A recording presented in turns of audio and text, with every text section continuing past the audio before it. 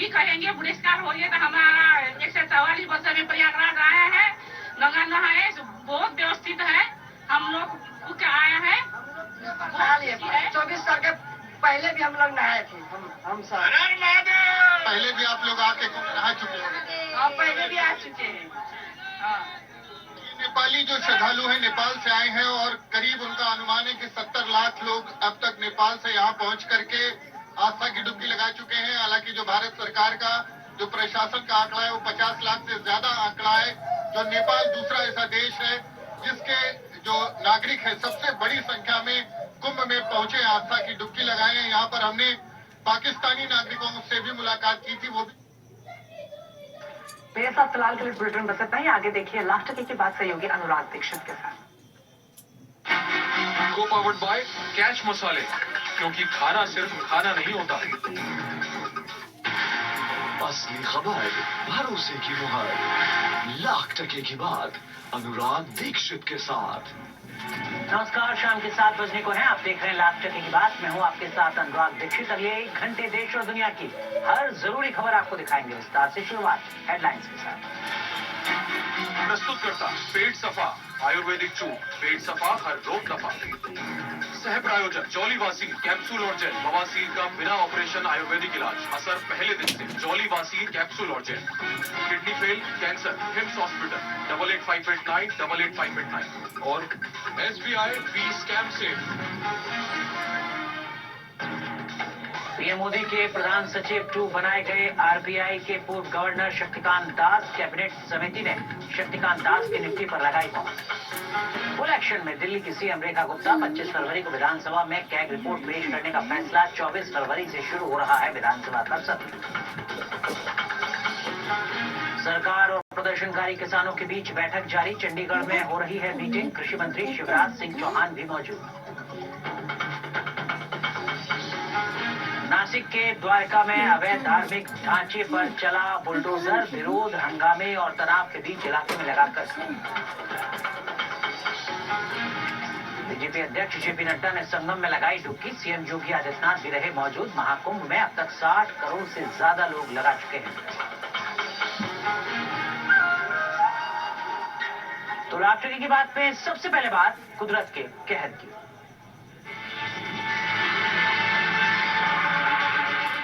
Climate change के असर से फरवरी का महीना कई देशों के लिए भयंकर कुदरती आफत लेकर आया है। अमेरिका में बर्फीला तूफान लगातार दहशत मचा रहा है, तो वहीं जापान में बर्फबारी ने 46 साल का रिकॉर्ड तोड़ दिया है। बर्फीली आफत से कैसे दुनिया सहमी हुई है, देखिए इस रिपोर्ट में।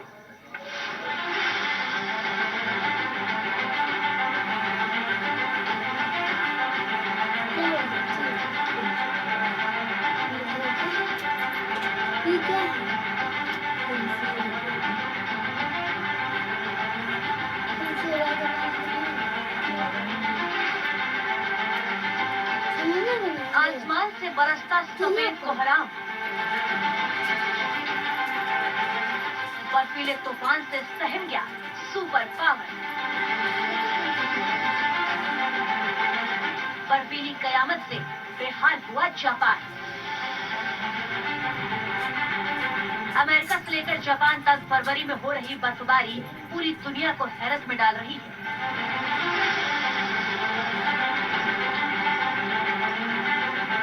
क्लाइमेट चेंज से आसमान से ऐसी सफेद कयामत बरस रही है कि सब कुछ जम गया है।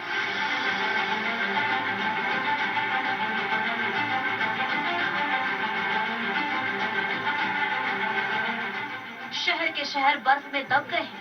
नदी, झील, झरने सब बर्फ बन गए हैं।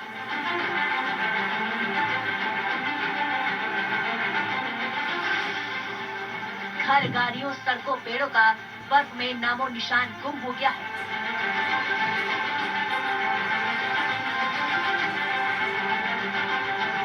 कुदरत के इस बर्फीले कहर से लोग त्राहिमाम कर रहे हैं।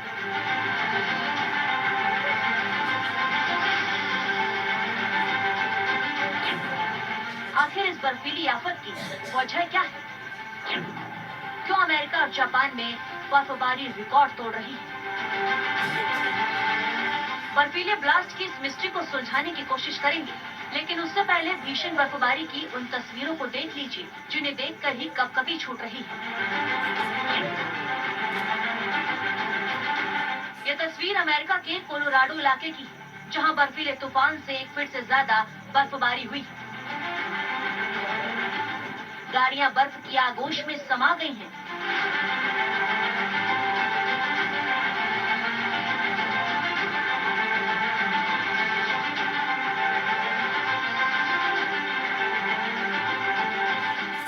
कारों पर इतनी मोटी बर्फ की चादर जम गई है कि दिखाई ही नहीं दे रही। भारी बर्फबारी से सड़कों का नामो निशान नजर नहीं आ रहा है।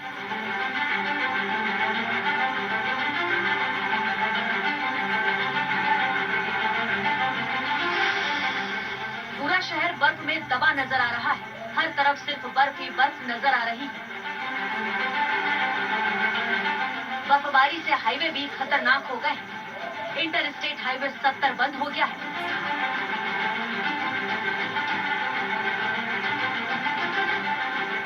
डेनवर में मौसम विभाग ने बर्फबारी और तापमान गिरने का पिन पॉइंट वेदर अलर्ट जारी कर दिया है।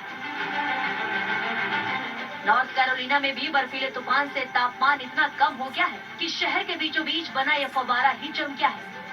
तस्वीरों में दिख रहा है कि फव्वारे से बहता पानी नीचे की तरफ झालर की शक्ल में जम गया है।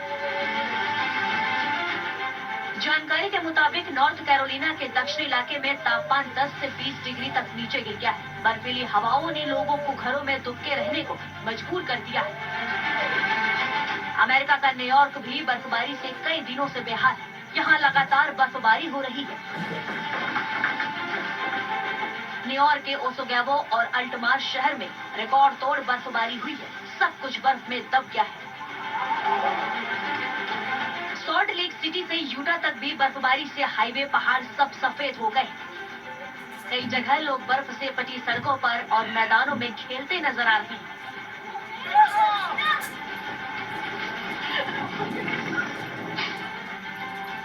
अमेरिकी मौसम विभाग के मुताबिक नॉर्थ वेस्ट प्रशांत महासागर के तट इलाकों में लो प्रेशर सिस्टम एक्टिव हो रहा है, जिससे भारी तटी बारिश और बाढ़ आने की चेतावनी जारी की गई है। ऑस्टिन इलाके में भी भारी बर्फबारी की संभावना है।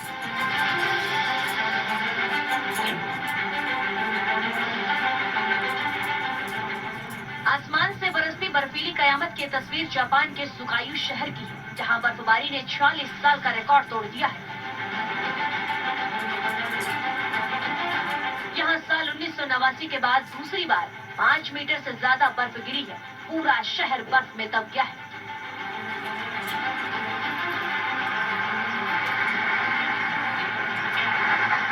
जापान के शहर सुनान में भी 3.5 मीटर से ज्यादा बर्फ गिरी है, जिससे घर, सड़कें, बिजली के खंभे, गाड़ियां सब बर्फ के आगोश में समा गए हैं। हर तरफ सफेद आफत का कोहराम मचा है। कई इलाकों में ब्लैकआउट और लॉकडाउन के हालात हैं। तस्वीरों में दिख रहा है कि शहर के शहर बर्फ में दबे हैं। घरों के आगे और सड़कों पर बर्फ के पहाड़ जमा हो गए हैं, जिन्हें हटाने में कड़ी मशक्कत करनी पड़ रही है।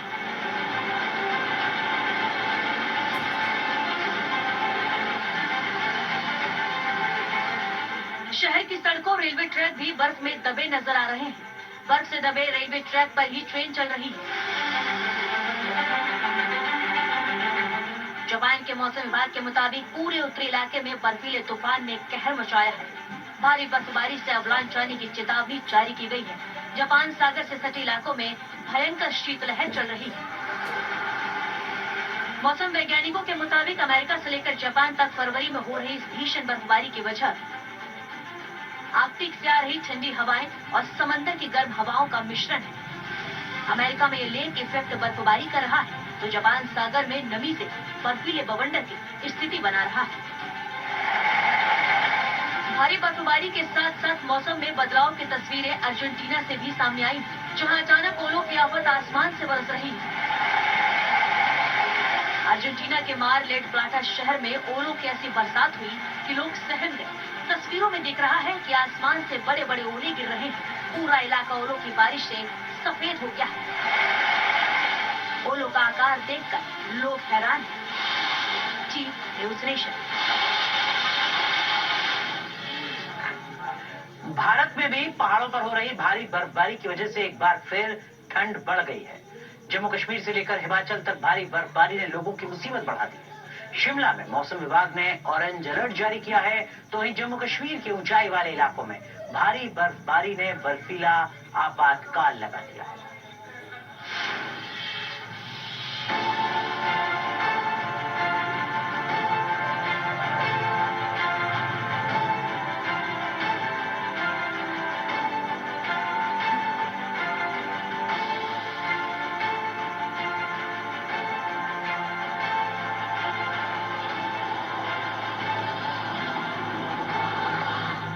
फरवरी में मौसम के मूड स्विंग ने एक बार फिर लोगों को हैरान कर दिया है। फरवरी के तीसरे हफ्ते में पहाड़ों पर भारी बर्फबारी जारी है, जिससे मैदानी इलाकों में ठंड का दौर फिर लौट आया है।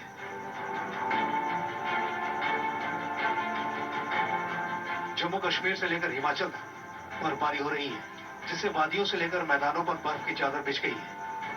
जम्मू कश्मीर का डोडा, उधमपुर, जोजिला पास, सोनमर्ग, बांदीपोरा में बर्फ पटी पड़ी है, तो वहीं हिमाचल का लाहौल स्पीति भी बर्फ के आगोश में समाया हुआ है।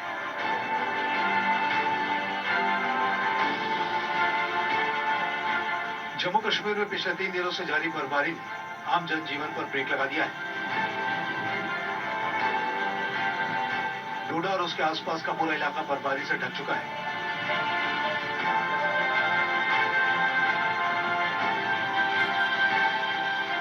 सड़कों पर बर्फ की मोटी मोटी चादर बिछ गई।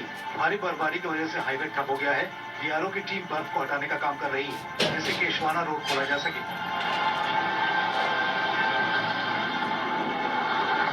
तस्वीरों में आप देख सकते हैं कि स्नो कटर मशीनें भी बर्फ को हटाने में लगी हुई हैं।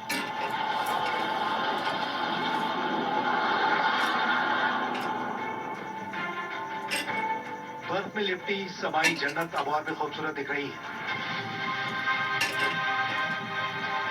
मैदान सफेद है और पहाड़ों ने बर्फ की चादर ओढ़ रखी है।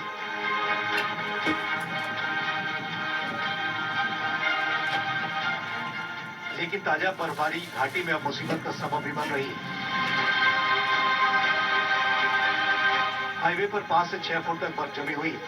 लोगों को एक जगह से दूसरी जगह जाने में परेशानियों का सामना करना पड़ रहा है।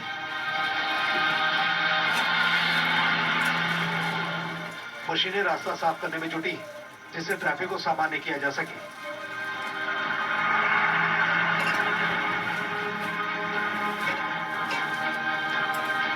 पहाड़ों पर ऊंचाई वाले इलाकों में बर्फ का आपातकाल चल रहा है। सोजिला पास में भारी बर्फबारी के चलते कई इलाकों से संपर्क कटा हुआ है।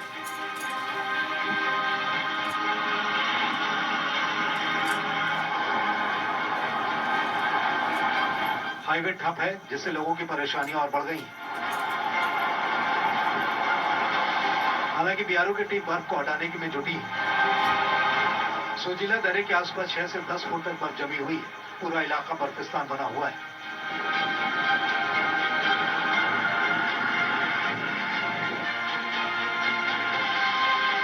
सैलानियों का हमेशा से हॉट स्पॉट रहा सोनमर्ग इन दिनों बर्फ से ढका हुआ है।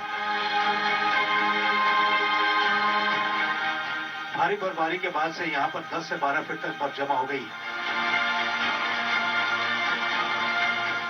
बर्फबारी के बाद से हाईवे से लेकर मैदानों तक भारी बर्फ जमा है। पहाड़ सफेद हो चुके हैं। चोटियों पर बर्फ ही बर्फ है। जहां तक नजर दौड़ाई जा रही है, सिर्फ जम्मू कश्मीर ही नहीं, हिमाचल के कई इलाकों में भारी बर्फबारी लोगों के लिए मुसीबत है। हिमाचल के लाहौल स्पीति के कई इलाके विंटर वंडरलैंड में तब्दील हो गए हैं। ताजा बर्फबारी की वजह से यहाँ के पहाड़ों के ऊपर बर्फ की मोटी परत चढ़ गई है। पेड़ों से लेकर झाड़ियां बर्फ से ढक गई हैं। रास्तों पर कई फुट मोटी बर्फ जमी हुई है। ये बर्फ सैलानियों को आकर्षित कर रही है, लेकिन स्थानीय लोगों के लिए मुश्किलें हैं। हिमाचल प्रदेश में अचानक बदले मौसम से दुश्वारियां बढ़ गई हैं। शिमला में ऑरेंज अलर्ट जारी किया गया है। अटल टनल के दोनों ओर 2 फुट तक की बर्फबारी होने से मनाली केलंग हाईवे बंद हो गया, जिसे बीआरओ ने 24 घंटे के अंदर खोल दिया है। पहाड़ों पर बर्फबारी की वजह से मैदानी इलाकों में ठंड बढ़ गई है। मौसम विभाग ने 13 राज्यों में बारिश का अलर्ट जारी किया है, जिससे आगे आने वाले समय में लोगों की मुसीबत बढ़ सकती है। Team news nation. अब अब बात मुंबई में मचे एक नए सियासी घमासान की। शिवसेना नेता संजय निरुपम ने हाउसिंग जिहाद का नया मुद्दा उठाया है। आरोप लगाया है कि मुंबई में मुस्लिम बिल्डर हाउसिंग प्रोजेक्ट में मुस्लिमों की संख्या बढ़ा रहे हैं, ज्यादा से ज्यादा मुसलमानों को बसा रहे हैं। क्या है पूरा आरोप और क्यों मचा है घमासान, देखिए इस रिपोर्ट में।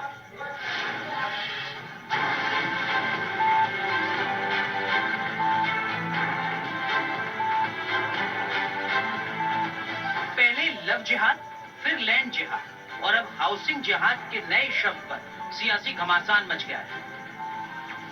मुंबई में शिवसेना नेता संजय निरुपम और ओवैसी की पार्टी एआईएमआईएम के नेता वारिस पठान में जुबानी जंग छिड़ गई। मुंबई में एक ट्रेंड चल रहा है और उस ट्रेंड का नाम है हाउसिंग जिहाद।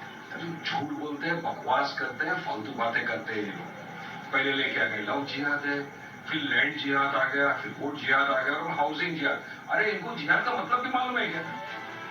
हाउसिंग जिहाद के इस मामले ने तब तूल पकड़ा जब शिवसेना नेता संजय निरुपम ने प्रेस कॉन्फ्रेंस करके मुस्लिम बिल्डर्स पर निशाना साधा और आरोप लगाया कि मुस्लिम बिल्डर मुंबई के हाउसिंग प्रोजेक्ट में जिहाद के तौर पर मुस्लिमों की संख्या बढ़ा रहे, मुंबई की डेमोग्राफी बदलने की कोशिश कर रहे।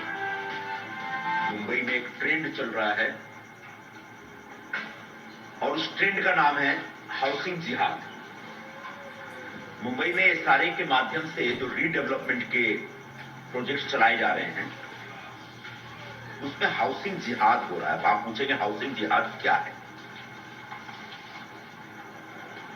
यह पूरा जो अभियान है मुंबई के मुस्लिम बिल्डर्स जो डेवलपर्स हैं वो कर रहे हैं।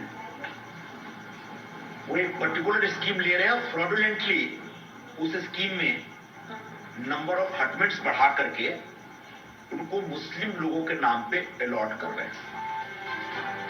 संजय निरुपम ने दस्तावेज दिखाए, आरोप लगाया कि कुर्ला, जोगेश्वरी, अंधेरी और मलाड जैसे अन्य इलाकों में हिंदू निवासियों को अल्पसंख्यक बनाकर मुस्लिम आबादी को बहुसंख्यक करने की साजिश रची जा रही है। संजय निरुपम के मुताबिक जोगेश्वरी पश्चिम में चांदीवाला एंटरप्राइजेज प्राइवेट लिमिटेड नाम के डेवलपर ने 2 एसआरए प्रोजेक्ट बनाए, जिसमें शास्त्री नगर में श्री शंकर एसआरए प्रोजेक्ट में शुरुआत में सिर्फ 67 निवासी, जिनमें से 7 मुस्लिम थे, लेकिन बाद में डेवलपर ने आसपास की जमीन कब्जे में लेकर लिस्ट में निवासियों की संख्या 123 कर दी। संजय निरुपम जो शिवसेना के नेता है, उन्होंने आरोप किया है कि मुंबई में जो मुस्लिम बिल्डर है वो जो प्रोजेक्ट बनाने के बाद जो फ्लैट दे रहे हैं वो सारे मुस्लिम लोगों को दे रहे हैं और यही मुद्दा संजय निरुपम ने उठाया था। ये वही प्रोजेक्ट है, चांदीवाला बिल्डर का ये प्रोजेक्ट एसआरए प्रोजेक्ट था। एसआरए अधिकारी को मिलकर यहाँ जो घर है वो बढ़ाए गए। 67 जो घर थे उसको बढ़ाकर 123 घर दिए गए। यहाँ तक कि एक व्यक्ति को तकरीबन 17 फ्लैट दिए गए। यही हुआ था एसआरए का प्रोजेक्ट। आप देख सकते हो ये बहुत बड़ी बिल्डिंग यहाँ शुरू है और बगल में ही चांदीवाला बिल्डिंग का जो है वो काम शुरू है। लव जिहाद और लैंड जिहाद के बाद मुंबई में अब हाउसिंग जिहाद का मामला तूल पकड़ रहा है। हालांकि जो वारिस पठान है उन्होंने इस बात को नकार दिया है कि इस प्रकार का कोई जिहाद नहीं है और जो संजय निरुपम ने आरोप किया है उसमें कोई तथ्य नहीं है। संजय निरुपम ने ओशिवारा पैराडाइज 1 और 2 प्रोजेक्ट में भी धांधली करने के आरोप लगाए। कहा है कि एक ही शख्स के नाम पर 17 फ्लैट पात्र बताकर दिए थे, जो कि पूरी तरह से अवैध। संजय निरुपम ने डिप्टी सीएम एकनाथ शिंदे को खत लिखकर पूरे प्रोजेक्ट्स की जांच और कार्रवाई की मांग की। तो पहला प्रोजेक्ट लेते हैं हम पैराडाइज सोसाइटी का। ये पैराडाइज 2 है। इसमें किताबुल्ला परिवार है। किताबुल्ला भाइयों के नाम पे 30 घर कर दिए गए। किताबुल्ला उनका फैमिली नाम है किताबुल्ला। एक भाई है अब्दुल सुभान किताबुल्ला से और दूसरे भाई हैं अब्दुल गनी किताबुल्ला से। सुभान भाई के नाम पे 17 घर हैं और गनी साहब के नाम पे 13 घर हैं। संजय निरुपम के इन आरोपों से जहां एसआरए के अफसरों में खलबली मच गई है, वहीं ओवैसी की पार्टी एआईएमआईएम के नेता वारिस पठान ने संजय निरुपम पर पलटवार किया है। इसे मुस्लिम समाज को बदनाम करने की साजिश बताया। बस फालतूगिरी हर दिन आके जिहाद जिहाद जिहाद, ना जिहाद का मतलब मालूम है, ना कटबुलने का मतलब मालूम है, बस सिर्फ और सिर्फ किसी भी तरह मुसलमानों को परेशान करना है इनको। हाउसिंग जब क्या पूरा झूठ बोल रही है। मुंबई के अंदर स्कीम होती है एसआरए की स्कीम में अगर कोई इंसान यहाँ पे रह रहा है वर्षों से, उसके पास उसका राशन कार्ड, पत्ती का बिल, सब कुछ है, और कोई बिल्डर जगह लेता है तो वो एसआरए के अंदर एसआरए चेक करने आती है, अगर एलिजिबल है, पात्र है, तो उसको उसी जगह के ऊपर एक बिल्डिंग में घर मिलता है। उसमें हिंदू, मुस्लिम, सिख, ईसाई हर जात का कोई भी मरेगा उसको घर की बंदी घर मिलता है। मुंबई में एसआरए यानी स्लम पुनर्विकास प्रोजेक्ट एक योजना है जिसका मकसद झुग्गीवासियों को बेहतर और सस्ते घर देना है। एसआरए के नियमों के मुताबिक एक परिवार को सिर्फ एक घर मिल सकता है। ऐसे में संजय निरुपम के आरोपों ने इस योजना पर सवाल खड़े कर दिए हैं। माना जा रहा है कि आने वाले दिनों में शिवसेना हाउसिंग जिहाद को मुद्दा बना सकती है। इस पर सियासी घमासान और तेज हो सकता है। मुंबई से Vilas Athawale, team news nation. Delhi की लेडी डॉन जोया खान, जिसके नाम पर नॉर्थ ईस्ट दिल्ली में क्राइम की महफिलें सजती थी, पुलिस ने उस लेडी डॉन को गिरफ्तार कर लिया। ये लेडी गैंगस्टर हाशिम बाबा की पत्नी है, जो उसके इशारों पर वसूली और ड्रग्स के कारोबार को संभाल रही थी।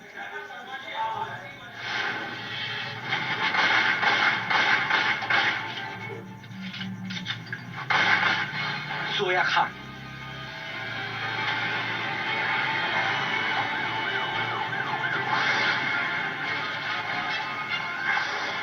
जुर्म की दुनिया का एक ऐसा नाम जिसके इशारे पर मच जाता था दिल्ली में कोहराम।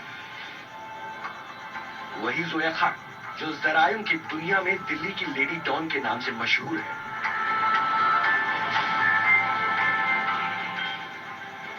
गैंगस्टर हाशिम बाबा का काला कारोबार अब बेगम हुई 1 करोड़ की हेरोइन के साथ गिरफ्तार। हत्या, जबरन वसूली, हथियारों की तस्करी और ड्रग्स के आरोप में तिहाड़ में बंद गैंगस्टर हाशिम बाबा की तीसरी बेगम जोया खान अब पुलिस के शिकंजे में है। दिल्ली पुलिस के स्पेशल सेल ने गैंगस्टर की पत्नी जोया खान को 270 ग्राम हेरोइन के साथ गिरफ्तार कर लिया है, जिसकी अंतर्राष्ट्रीय बाजार में कीमत करीब 1 करोड़ रुपए बताई जा रही है।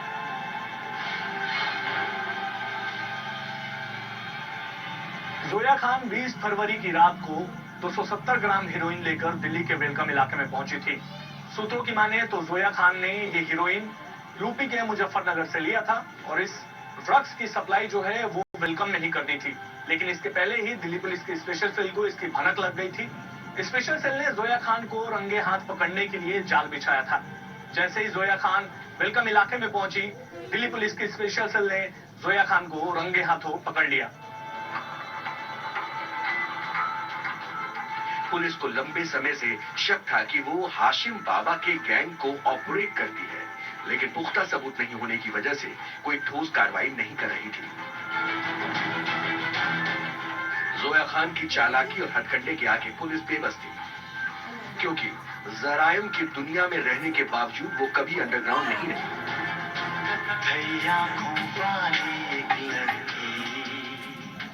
हाई प्रोफाइल पार्टियों में आती जाती रही, सोशल मीडिया पर लगातार एक्टिव रहती, ताकि किसी को शक ना हो कि वो गैंगस्टर हाशिम बाबा के गैंग को ऑपरेट करती है।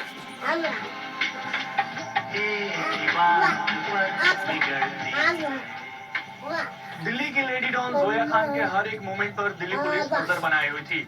सूत्रों के माने तो दिल्ली पुलिस के स्पेशल सेल ने जोया खान के मोबाइल को इंटरसेप्शन मोड पर भी डाला हुआ था, जिससे जोया खान के हर एक मोमेंट पर नजर रखी जा सके।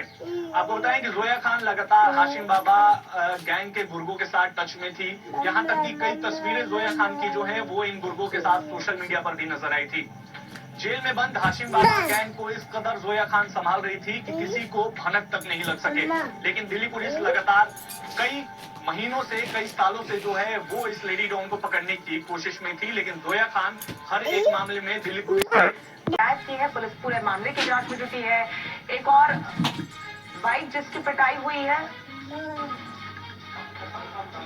तस्वीरें आपको दिखा रहे हैं, जहां पर तस्वीरों में आप देखिए किस कदर से मारपीट हुई।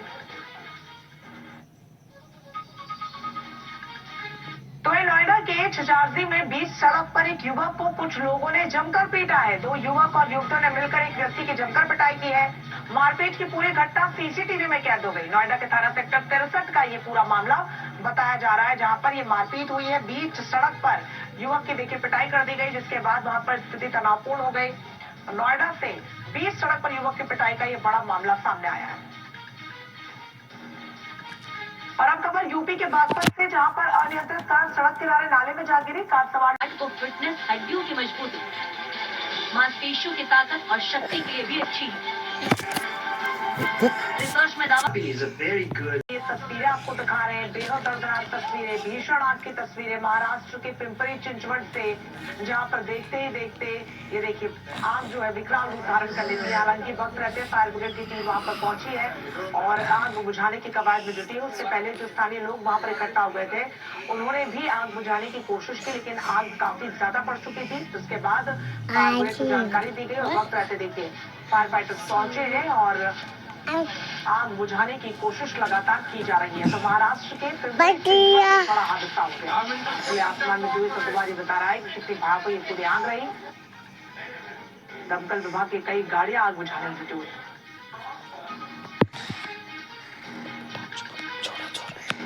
चलिए आगे बढ़े, उससे पहले नजर इस वक्त की हेडलाइंस पर।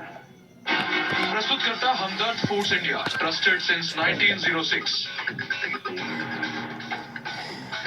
पीएम मोदी के प्रधान सचिव 2 बनाए गए। आरबीआई के पूर्व गवर्नर शक्तिकांत दास, कैबिनेट समिति ने शक्तिकांत दास की नियुक्ति पर लगाई मुहर। फुल एक्शन में दिल्ली की मुख्यमंत्री रेखा गुप्ता 25 फरवरी को विधानसभा में क्या एक रिपोर्ट पेश करने का फैसला। 24 फरवरी से शुरू हो रहा है विधानसभा का सत्र। सरकार और प्रदर्शनकारी किसानों के बीच बैठक जारी। चंडीगढ़ में हो रही मीटिंग, कृषि मंत्री शिवराज सिंह चौहान भी मौजूद। नासिक के द्वारका में अवैध धार्मिक ढांचे पर चला बुलडोजर। विरोध, हंगामे और तनाव के बीच इलाके में लगा कर्फ्यू। बीजेपी अध्यक्ष जेपी नड्डा ने संगम में लगाई डुबकी। सीएम योगी आदित्यनाथ भी रहे मौजूद। महाकुंभ में अब तक 60 करोड़ से ज्यादा लोग लगा चुके हैं डुबकी। देखिए चूहे जो है ना वो उछल कूद मचाते हैं, लेकिन यही उछल कूद बहुत अच्छी कसरत भी है और ये कसरत अंतरिक्ष यात्रियों के लिए बेहद फायदेमंद साबित हो सकती है। नई रिसर्च में यह दावा किया गया है कि चूहे की तरह उछल कूद से अंतरिक्ष यात्री अपने आप को फिट रख सकते हैं। देखिए रिपोर्ट।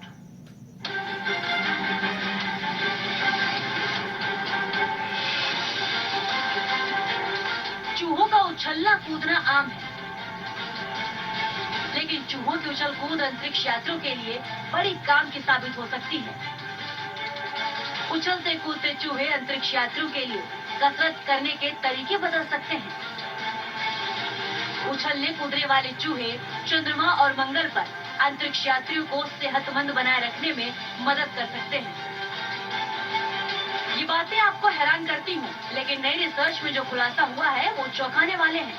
नई रिसर्च से खुलासा हुआ है कि अंतरिक्ष यात्री अगर स्पेस में चूहों की तरह उछल कूद कर कसरत करें तो ये कसरत उनके लिए रामबाण साबित हो सकती है।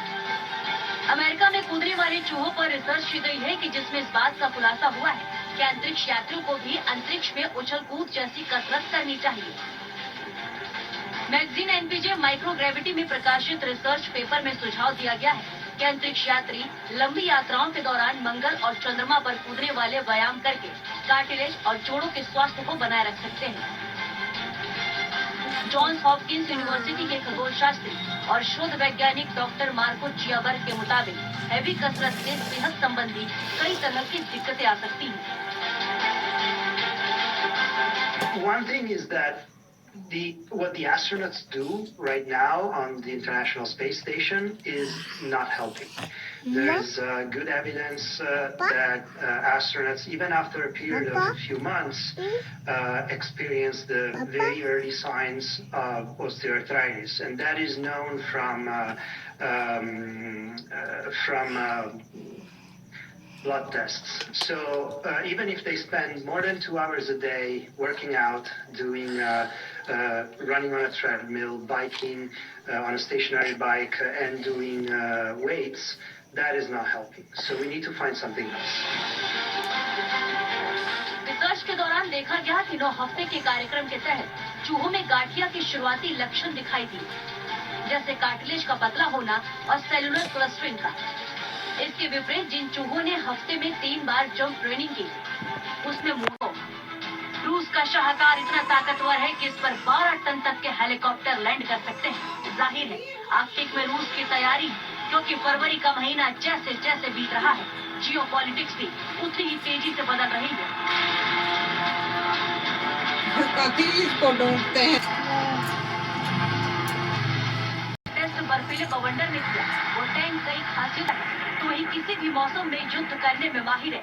ये खाड़ी, पहाड़ी, नदी, घाटी, हर सरफेस पर चलने में माहिर है। साथ ही ये टैंक गर्मी हो या फिर सर्दी, हर मौसम में कारगर है। तभी तो माइनस तापमान में अमेरिका ने इसकी टेस्टिंग की।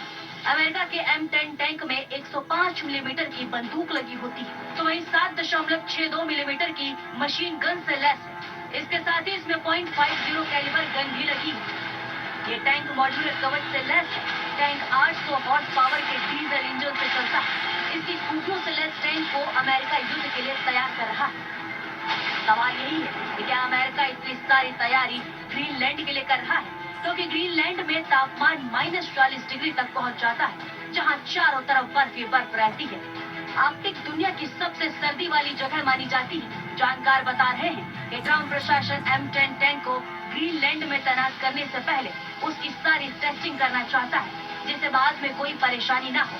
आर्कटिक में रूस और अमेरिका की टेस्टिंग से कई सवाल खड़े हो रहे हैं कि क्या आर्कटिक होगा महायुद्ध का फ्लैश पॉइंट? क्या आर्कटिक को लेकर रूस और अमेरिका में ठनेगी? समंदर ही नहीं, आसमान में भी चक्रव्यूह तैयार किया जा रहा है। अलास्का ने अमेरिका से हल्की तोप की टेस्टिंग की, जिसके फौरन बाद ही रूस ने अलास्का के आसमान में 2 रूसी Tu-95 और 2 Su-35 को भेज दिया। और ऐसा दावा है कि नॉर्ड यानी कि north American aerospace defence command की तरफ से ये किया गया है। नॉर्थ की ओर से दावा किया गया है कि F-35 विमान ने 18 फरवरी को बेरिंग सागर के ऊपर 2 रूसी Tu-95 और 2 Su-35 सैन्य विमानों की पहचान की और उन्हें रोका।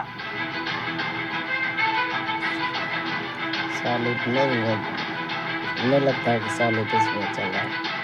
Tu-95 सबसे तेज मौजूदा प्रोपेलर विमानों में से एक है।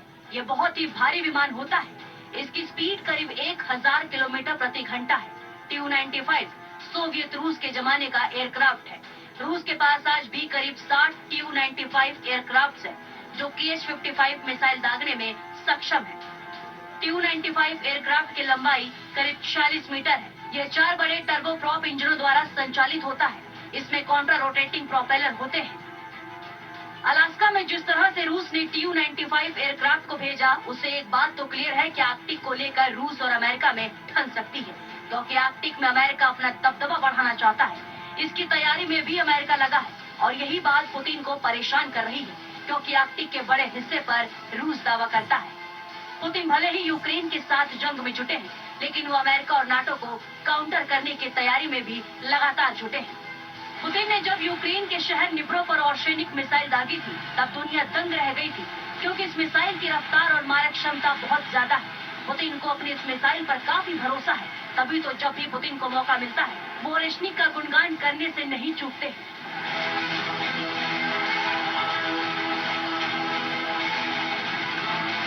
ओरेशनिक वॉरहेड पर जो तापमान होता है वो सूरज के तापमान के बराबर है।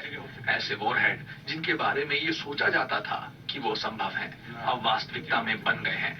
रूस के वैज्ञानिक इससे पहले भी ऐसे वॉरहेड बनाने की कोशिश कर चुके हैं, लेकिन तब मटेरियल इतने अच्छे नहीं होते थे, लिहाजा तब इतने तापमान वाले वॉरहेड आइसक्रीम की तरह पिघल जाते थे। ऑर्शेनिक एक इंटरकॉन्टिनेंटल बैलिस्टिक मिसाइल है। ये अपने दुश्मनों पर 12,300 किलोमीटर प्रति घंटे की स्पीड से हमला करती है और बचने का मौका तक नहीं देती है। ऑर्शेनिक मिसाइल की रेंज करीब 3000 किलोमीटर से लेकर 5000 किलोमीटर तक है। जंग जैसे हालात में जिस तरह से रूसी राष्ट्रपति पुतिन बार बार दावा कर रहे हैं कि उनकी ऑर्शेनिक मिसाइल का जवाब दुनिया के पास नहीं, और रूस और यूक्रेन जंग के बीच में ही पुतिन की सेना ने इस मिसाइल को डेवलप किया और बिना परमाणु वॉरहेड के यूक्रेन पर दागा था, जिससे तबाही मच गई थी। पुतिन की सेना इस मिसाइल का लगातार टेस्ट करने की बात कर रही है, जिससे अमेरिका सहित यूरोप के कई देश परेशान हैं, लेकिन सबसे ज्यादा टेंशन अमेरिका को है। अमेरिका का कुवैत में बेस है, जिससे रूस की दूरी 2100 किलोमीटर है। रूस की ओरेस्टिक मिसाइल अमेरिका के स्पेस को 11 मिनट में ही तबाह कर सकती है। अमेरिका का बहरीन में भी बेस है। रूस से इसकी दूरी 2500 किलोमीटर है। महज 15 मिनट में ही रूस की ओरेस्टिक मिसाइल बहरीन के इस बेस तक पहुंच सकती है। कतर में भी अमेरिका का बेस है। रूस से इस बेस की दूरी 2650 किलोमीटर है। रूस के ओरेस्टिक मिसाइल को यहां पहुंचने में 12 मिनट लगेगा। जिबूती में भी अमेरिका का बेस है। रूस से इस बेस की दूरी 4100 किलोमीटर है। महज 20 मिनट में ही ओरेस्टिक मिसाइल इस बेस को तबाह कर सकती है। रूस एक तरफ तो मिसाइलों का जखीरा खड़ा कर रहा है, उसके पास तो पहले से ही विनाशकारी मिसाइलें हैं जो अंतरिक्ष में भी हमला करने में सक्षम है, तो वहीं दूसरी तरफ रूस ने बमों का प्रोडक्शन बढ़ा दिया है। British think tank royal United services institute यानी कि RUSI ने एक रिपोर्ट में रूस को लेकर एक बड़ा दावा किया। इस रिपोर्ट में यह कहा गया है कि रूस 2025 के अंत तक UMPK किट से लैस 75,000 गाइडेड बम बनाने की तैयारी कर रहा है, जो कि पिछले साल से 50% ज्यादा है। अब 2024 में रूस ने UMPK किट से लैस 50,000 बम बनाए थे, लेकिन इस बार टारगेट 75,000 का है, जो कि पिछली बार से 25,000 ज्यादा है। UMPK यानी unified gliding and correction module kit एक कारगर हथियार है, जिसे FAB 500, FAB 1500 और यहाँ तक कि विशाल FAB 3000 जैसे बमों पर भी लगाया गया है। FAB 500 का वजन 500 किलोग्राम होता है। इस बम को जहाँ गिराया जाता है वहाँ तबाही मच जाती है। FAB 3000 बम तो करीब 3 टन का होता है। ये बम जहाँ गिराया जाता है वहाँ कुछ भी नहीं बचता।